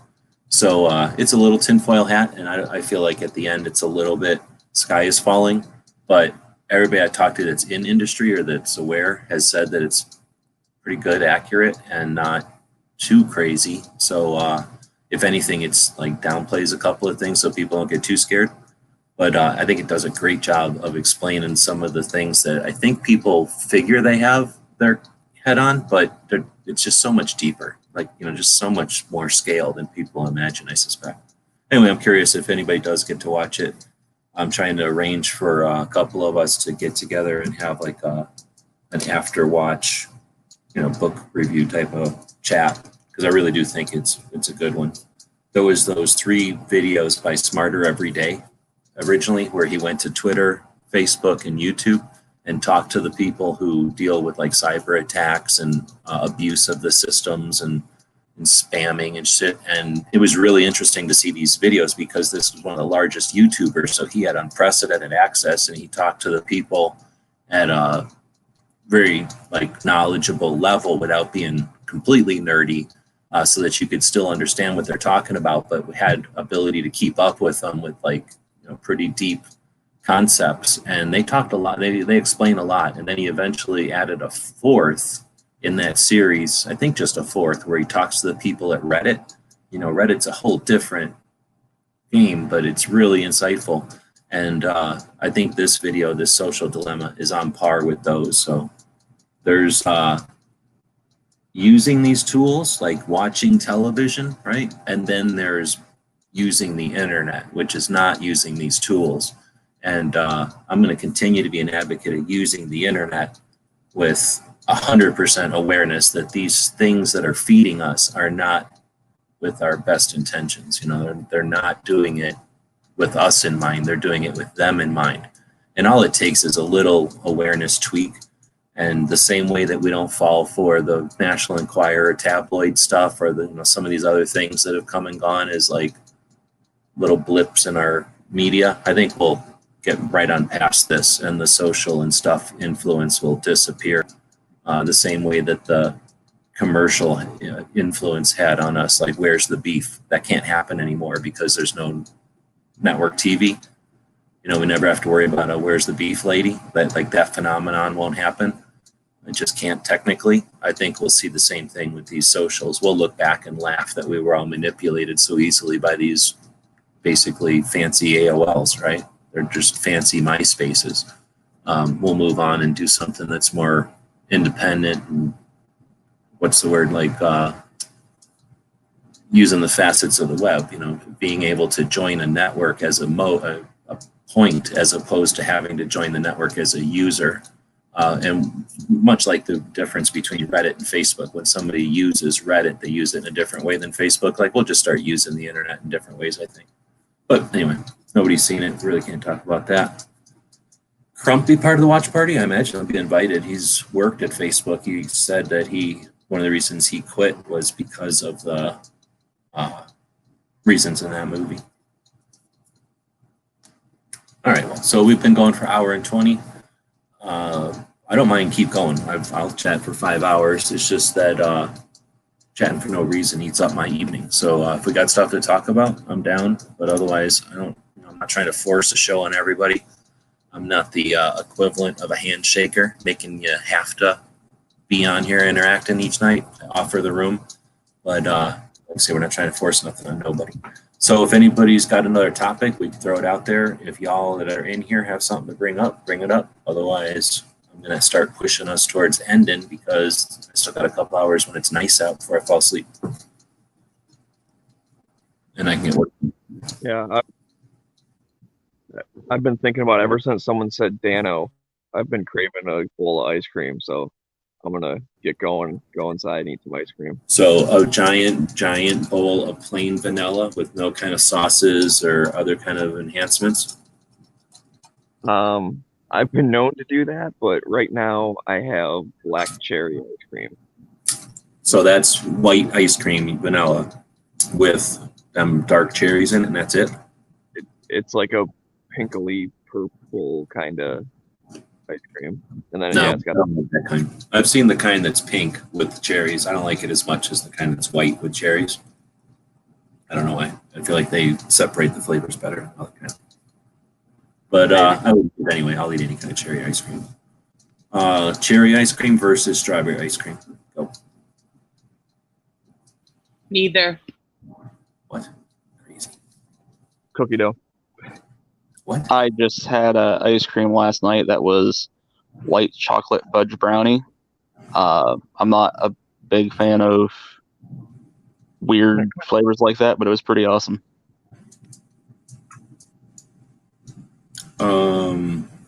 Cherry Garcia. That's the best of both worlds. Got cherry, chocolate, and cookie doughs in it. Oh, if you're gonna go with the Ben and Jerry stuff, I'd have to go with a cinnamon bun. They make Ben and Cherries out of like oatmeal and other stuff now, right? Coconut and cashews, right? I don't know if that's a special run or if that is like something they always have in the stores. I never buy ice cream, so I don't know. Oh shit, we made Angelina leave because of ice cream talk. That's worse than face licking, I guess. Do you know if they make the Ben and Jerry's like oat kind and soy? I don't think they make soy, but the cashew kind and that kind of thing. Is that like a regular thing, or is that just like special batches? Does anybody know? No, it's a regular thing, but it's not all the flavors. It's just some flavors. I only have seen it like a Instagram picture of like a whole, store display, and I didn't know if that was like a one-time thing or like a special or if it's regular. Like, say, I don't even know if I go buy a frozen pizza occasionally, but I don't think I even walk down a frozen aisle ever. I definitely don't walk down an aisle with all like the fruits and whipped cream and potatoes. Like, I don't even walk down that aisle. Do y'all buy frozen foods a lot? Yes or no? No. Barbecue? Not likely. No. Smeggy? Not as much as I used to, but I still enjoy myself a nice frozen pizza or hot pocket now and again. Yeah, I don't ever. I mean, I guess like I say, occasionally I'll put something in the freezer, but I don't hardly ever buy nothing frozen. Should frozen fruit be illegal? Maybe not, but maybe. All right, well, now you've just offended me, so I'm gonna get going. Thanks for having me. Nice talking with you guys, and I hope to be around more often. That's true ice cream intolerance. He won't stand for subjects that are outside of his realm of discussion. All right, see you guys. Take it easy. Oh, you know what I was going to ask you about is, is pea. I don't know if he's still listening, but can you eat pea milk? I went to the store the other day and I got it. I think, remember that, or they make this stuff called Soylent Green, and I'm pretty sure that's just some sort of pea protein with flavors in it. And I think this stuff was like the dollar store version of it. And it made me wonder if Smeggy could eat pea protein or pea milk made out of peas. It's disgusting, by the way. I can't stand pea protein, but I buy it every once in a while just to have something different. Anybody eat pea protein, pea milk, or pea juice, or whatever it's called? Never heard of it. It's made out of peas. It's green. That's what's gross. Right. Sounds vegan, so I just pay no attention. Like coffee, water off of beans. It's crazy idea. I don't drink coffee either. Oh, okay. Well, if you don't drink coffee, I can understand not wanting to drink that other stuff. Yeah. Let's say people look at me funny when I say that. Now, horchata is, I think, so talking about horchata, that's pretty good. But there's also just plain old rice milk. All right, well, so it's not the most real non-dairy chat. It is the most real gun chat. So is anybody else any other gun things? Any other things to be offended by or grossed out by? And then we'll leave people to their business. I'm sitting here looking at I got, which ones came in today? Skips Tactical, Gun Tube, and Liberty Doll came in. And holy crap, these things are awesome. I think this is the best run I've ever done of like detail and interestingness and stuff and like textures and shapes. You're not going to want to you're going to want to touch these patches all the time. They're so awesome. I like extreme 3D. No, it's not like it's crazy extreme 3D. I'm not Californian, but as far as a conservative approach to patch design that you would get in the Midwest, like I'm in. Am I in the Midwest? I guess maybe the West. No, you're in the West. The near West. I think we're both in like the Wild West. I'm wilder. You might be. What's more wild than California Gold Rush? Come on. But it's over though. That's what I'm saying. Like, it happened. Yours was wilder for sure. But yeah, we're still like we haven't even been developed yet. We barely even have the school barns and whatnot. I guess. But anyway, no, this came out. Like I believe Angelina knows about some of the issues I had when it turns out when you take an electron microscope and you micromanage and mansplain every little aspect to the people that know what they're doing, you're the idiot.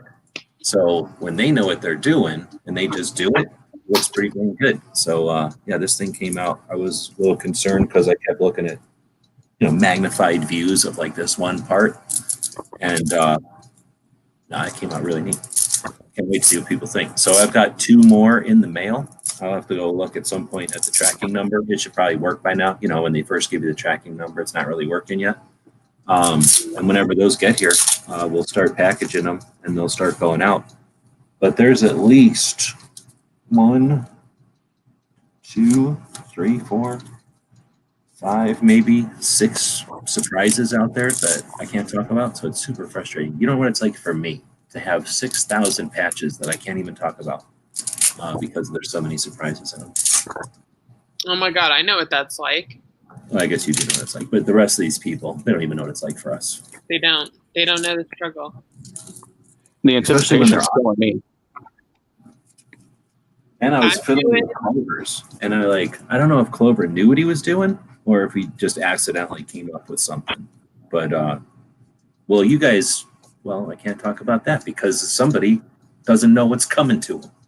But anyway, yeah, some of these shapes and designs and stuff came out on a different level, I'll say, than what I expected. Like you know you're getting this shape and design, but when it's in 3D, you kind of never know.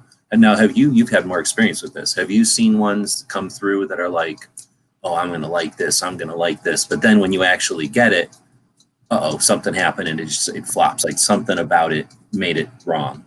Like all these things should have added together, but something subtracted and the end product is worse or not what was expected. Does that ever happen?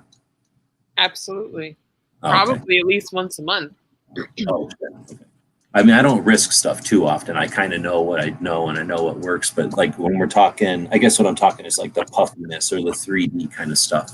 Like I know what I don't like. With my AK one, they tried to make my AK one sort of like this goofy dome where like they were just going to put like one dimension of 3D to it, where it was just going to go up and over like a giant dome. And it would have been like the image of a AK on like silk screen on top of a weird dome shape. And I'm like, nope, we're cutting some dimension into this. Like I want the hand guards to be separate domes, separate dimension from the magazine, from the grip, right?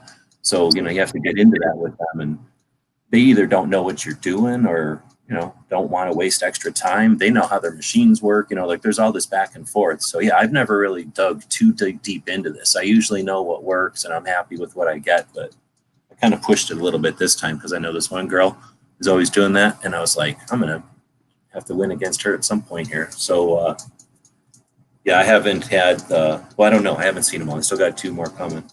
And then this other one, the gun tube one, is a laptop. And I've never done a weird perspective or nothing. So I threw it at them, just drawing a cartoon like I do. And then they threw it back at me and I'm like, all right. And I didn't think nothing of it. But then when I seen the robot, did you guys see the robot fill in the keyboard on the gun tube one? I guess I can do that. I can do this and find it. I just really like it. It's just really, really neat. I don't know if you've done one that's like a keyboard. Maybe your televisions or something might be kind of like this. I'm trying to think of the ones I have of yours. Like anyway, this keyboard is just driving me nuts. It's like a fidget spinner. I can't quit touching the damn keyboard. I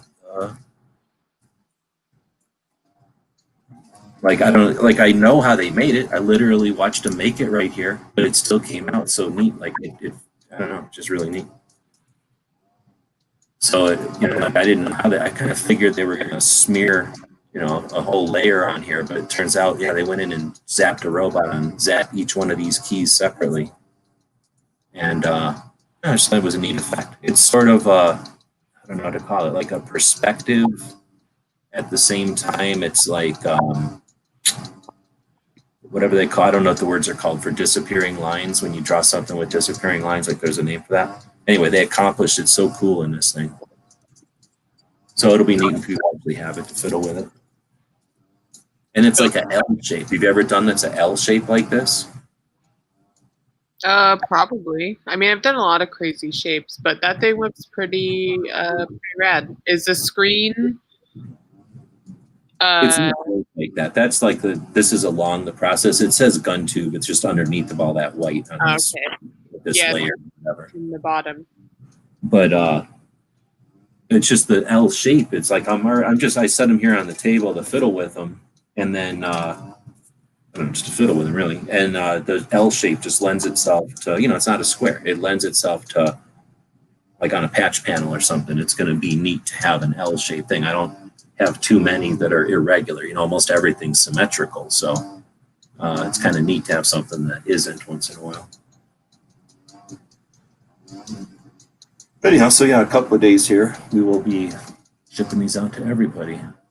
And this is the one that I'm saying, like, when you fiddle with it, it's pretty neat. And I don't know, he's going to act like he figured it out. He's going to be like, oh yeah, I designed it that way. But I think it might have just been an accident.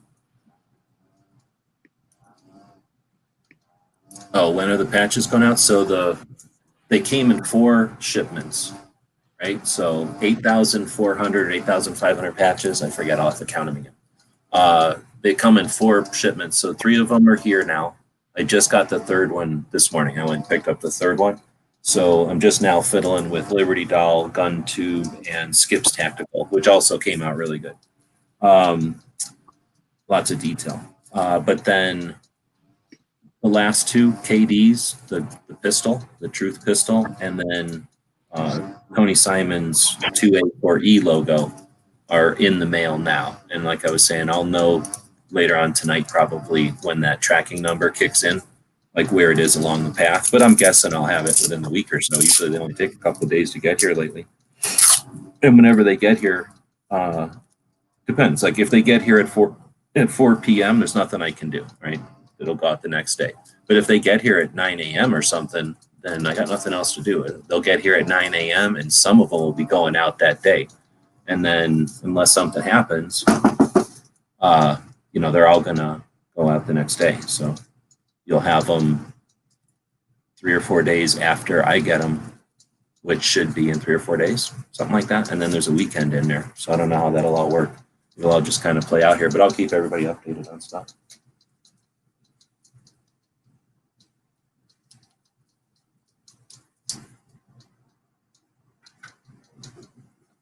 All right, well, so then with that, we're at 1 hour and 36. And like I say, unless we got a ton of stuff to talk about, I'm going to start wrapping her up and try to get some other stuff done tonight.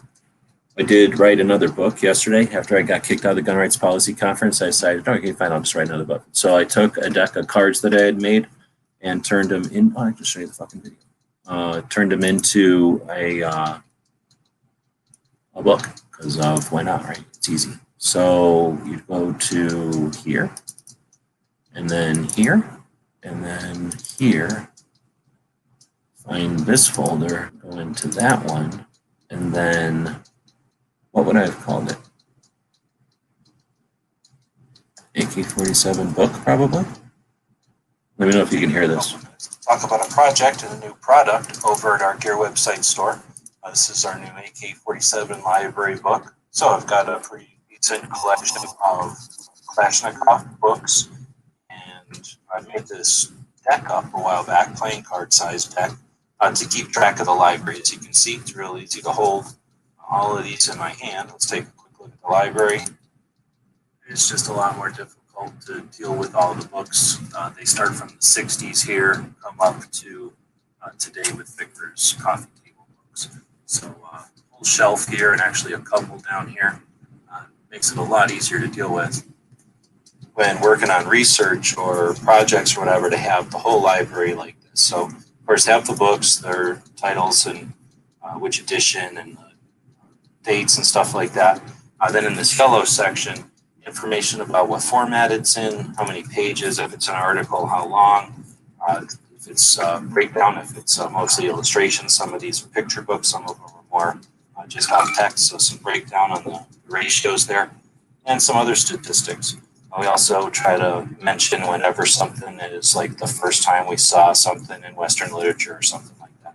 So quite a few books in the deck, but this isn't something anybody's really ever been interested in, and you have to buy so many playing cards to make this worthwhile as a product, that I decided this weekend to take the files and put them into a book format. So we've got a 60-page book, calling it the Kalashnikov Library, and each page is a book. Same information that's on the cards, a breakdown of if it's images or text, or if it's photos, or if it's graphics. A lot of these are like this book, for example, these are all drawings. These are black and white drawings in here. So it's mentioned as an illustration as opposed to like a photograph or something. So a lot of these are English language, but there's also quite a few foreign language. We have the foreign language ones at least my foreign language ones back here. There's probably a lot more other foreign language ones out there, but these are the ones that you'll find in our markets typically. So it's a way for someone who's interested in collecting to have an idea of what all's out there, sort of a buyer's guide, or if you have a library, a way like I do, to kind of hold your library in your hands. So it starts off with our website. So each of these is also on our website, of course, ak47books.com. And there's a lot more information on some of these on the website. You know, Martin's book and stuff, there's a lot more information that I could jam into here. So we got the website, register in your hand, you open it up, and right away there's only about a half a page talking about the project, and then boom, you're starting to get right into the books. We start seeing them in Western literature in the 1960s in a couple of magazines and a book or two. Then there's kind of a gap when we start seeing them in magazines, Soldier of Fortune and stuff in the 80s. And then in the 90s, we start to see some books published into the 2000s, and of course, a lot more since 2010. So this is current up until about 2019. There are a few that are missing out of here that are brand new, but I worked with the content I already had. So we've got 60 pages, and this is basically, I'm calling it version 1. We'll have another version coming up, and as I mentioned up here, we'll also start digging into some manuals and some other stuff that we can use like this as a buyer's guide type of thing. So if it's something you're interested in, if you know somebody that's a collector or might be interested in this as a gift, we're going to have it over at our Gear website store. We print these here in Tucson, so it's a U.S. product. We're going to be selling them as a package to try to raise some funds. All kinds of things coming up that we need funding for. We're capitalists, and this is how we make our dough. So we're going to have it as a package with our Wolverine squared patch, with the Hungarian spam cam, and the 9-inch long Kalashnikov PVC patch. These are all Velcro PVC. These were our Clash batch from last year. So all of these will be available on our Gear website store. Let us know in the comments what you think. And as always, thanks for watching.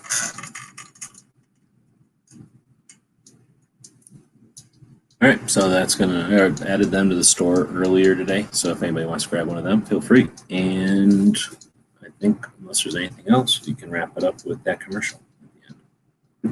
I'm just kind of amazed that I managed to find a AK book that you didn't have now, seeing how many AK books that you actually have. That's insane.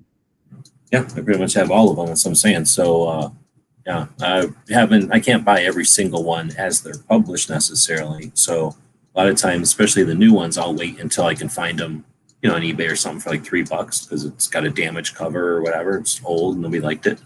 And that's how I get the recent, you know, the more modern ones. But I just had never grabbed that one. So yeah. At this point, as I was watching that, of course, I can't even help it. It's, you know, when you collect something, you can just, you're aware of it, right? You're going to see it in the corner of your eye and shit like that. So I do know that there's more. Like since I think I made the deck at the beginning of 2019, and it was current to there. But even just since 2019 and into this year, there's like 3 or 4 new books that I've seen come out. And, you know, like I say, if I was making a living reading about AK books or something, I'd probably grab them, but I'll just wait until I see them used somewhere. But back in the day, I would wait till I saw them at a gun show.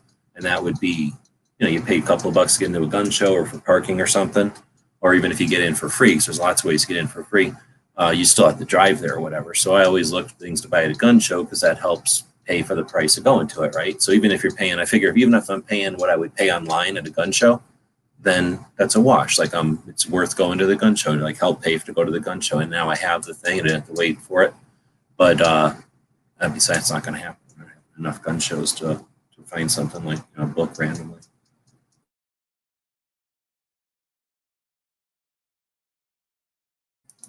All right. Well, so how is the new digs in California? What's it like living on Easy Street? It's pretty rad. Well, it's okay. I like having air conditioning, but you know, getting into the swing of everything. I'd seen, if you're gonna stick around after the show, I'll show you a picture that was that one we were talking the other day, and I found, or they posted another picture of their place, and it's another similar situation where somebody's moving into a place.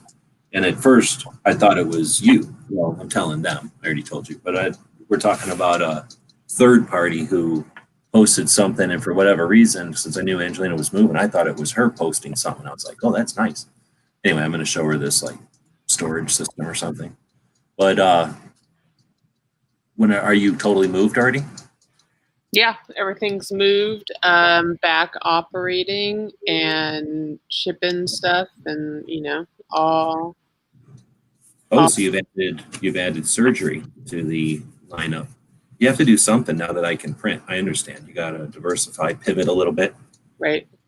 So now that you're moved over, I was curious, did you fill the new place? Is it 3/4 full? Is it like overflowing? Like, do you got room to grow, or what's the square footage situation turn out to be? It's pretty like comfortable right now. Like I could scrunch everything up and fit like a bunch more stuff, but like there's all kinds of room to like dance around and stuff right now.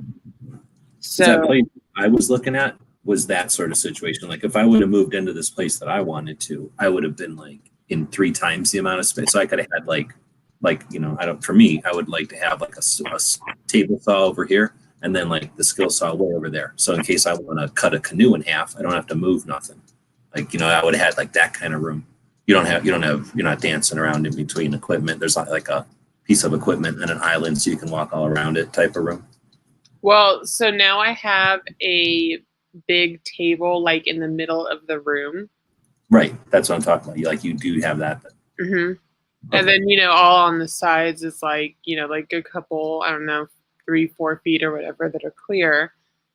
And then, stuff all along the walls and whatever. Racks and shelving and equipment. So are you the kind that you the type that will take a bunch of stuff from one place and move it over to the new place and set it somewhere, and then take a bunch of the rest of the stuff and move it over and set it down, and then that's where everything lives? Or do you plan it out all ahead of time and then move it strategically? Or is it like move it all and then shuffle it once it's there, type of Tetris shit? Well, a lot of my stuff is like super heavy. So what I had to do was make a rough floor plan. So when I had like the men to lift things for me, I could be like, oh, put this there, put that over there. So that's how I had to do this. But normally I just like figure it out as I go along. Hold on, like Lord Nerd Karen, where you're like, no, 1 inch over there more, or like roughly in this area. Like measuring everything and like got graph paper, not the regular graph paper, but like 1/8 inch graph paper, and then like not a pencil, but like an ink with a ruler type of floor plan, or like a sketch on a napkin type of floor plan. I had a screenshot on my phone that I drew on my iPad of like a rough layout, and then I referred to that and then pointed. Well, that's kind of cool. So like you took a picture and then kind of just drew on the picture of where stuff was going to be. Yeah. Oh yeah, I feel like that's a real California way of doing it. I like that. Oh yeah. This was on a pad though. This was on a pad, not a phone. Yeah, because I have the iPad Pro with the Apple Pencil, like that whole little setup. So oh, yeah. I did it. The only thing you could have done to be more California than that would have been like, of course, doing it live or like streaming it or something as you were like lording it over everybody. How you can do that? Like, oh, look what I'm doing. I'm going to casually take a quick snapshot and then like casually just draw in all my equipment as if, like Curious George guy just drew it in here real quick, and then blink, and then like all of a sudden a bunch of dudes come in and like all my equipment is there, and then it like transitions. It just fades from like the original picture, empty room with the sketching, to like the finished product and some kind of little fancy music in the background. That's basically what it was like. For you, but I'm just saying if you would have streamed it, then that would have been like, then you'd have been at like posh level California. Did you categorize everything on the spreadsheet? Oh, that would have been, that's like ultra Karen nerd, Lord Karen nerd. Oh yeah, I didn't get that crazy, but I had like numbered boxes and stuff. Oh snap! All right. Anyway, that's cool then. So it wasn't like a real Tetris game to get everything in there. Like you had room and you could figure out the best like layout. Is it a different layout, or is it like an ideal layout, or is it like what you had to work with? Because this is where the electric plugs type of layout. It's a pretty good it's a pretty good layout. That place has a lot of electrical outlets, like 4 on every wall. Like it's Oh, so, okay. So it's not like a lame office. It was like designed to be a workspace. Like oh works. yeah, like yeah, there's no shortage of outlets there. I didn't really see this place. Is it like one big rectangle room, or do you have like a suite with rooms and a bathroom? Or I know that's not the way, but like, is there a hallway with like separate offices, or is it just like one big workspace? So basically, you enter the building, and then there's suites off of like a main hall, and then I just have like basically one big rectangle. Okay. And then did you put anything like partitions or what? Or are you basically like lord of everything you see in there? Like everything's available to everything? I'm lord of everything you see in there because it's like mostly just me in there, except for when I have my employees, which I have to tell you about that. But yeah, I mean it's just like making stuff, so it's set up where I can travel from machine to machine, and there's like a shipping station and a desk area and stuff like that. I can't even imagine. I know what you were working over, and then I have I think I have an idea of the kind of quantity of stuff you were talking about. So I can't imagine how much more you're going to be able to accomplish without having that, like, what do you call it? Like having to work around that inconvenience or whatever you call it, like that hurdle or whatever. It's like having one hand tied behind your back in a way, right? Like having to work the format or whatever you want to call it the way you had it before. No, I don't know. Maybe, I mean, obviously you had it set up, so maybe it was set up super efficiently, and this is going to turn out to be like not all that appealing. Like all of a sudden you have to walk, or before you just pivot it or something. Well, so now I've noticed that like so like a lot of things were limited before because of space, like you know how it was. Yeah, like you could only do like X amount because you weren't going to put 10 times more on the table. There was only so much room. But if you got a 10 times bigger table, I mean, it seems like you'd be able to do 5 times more easily. Yeah, and like so now I find that like I try to do it the lame way, and then I'm like, oh wait, I don't have to do this anymore. I got this big ass table right here. Yeah, so that's what I'm saying. I'll bet you it's going to be neat to be able to grow into that, or to learn how to just be able to do different, faster, bigger shit. Plus you got that giant printer now. You don't have to like hobble around or twist around to be able to get stuff out of there. I imagine it'll just spit out right onto a big table or whatever. Yeah, and I think I'm gonna grab another printer. But yeah, I totally have the room for that now. Well, you're already growing out of control. You're already like expanding to the next level. Yep. Well, I have an idea, so I feel like I got to run with it.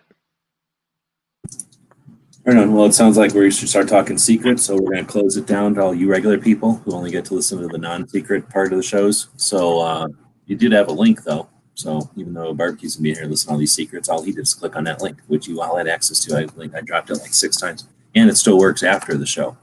But anyway, we'd go live pretty much every weeknight, and we do that at midnight Eastern because all the lames go to sleep before them. And then we have interesting conversations often. And then sometimes it's lame, but you can make it good by being part of it. Or, well, I'm not talking to anybody. There's probably only 8 regular people out here right now. 1, 2, there's only 8 people in here. It says 3, 4, 5, 6, 7. Oh yeah, 8. There's 8 humans out there, and maybe even another one. So sometimes we get a weird lurker out there, and you never know who they are. Robots being weird. Who knows what. So tonight, though, it's been a pretty good mix, and that's what we're all about. So you can be part of this any weeknight. Thanks for joining. Oh, do you guys want to plug anything on the way out?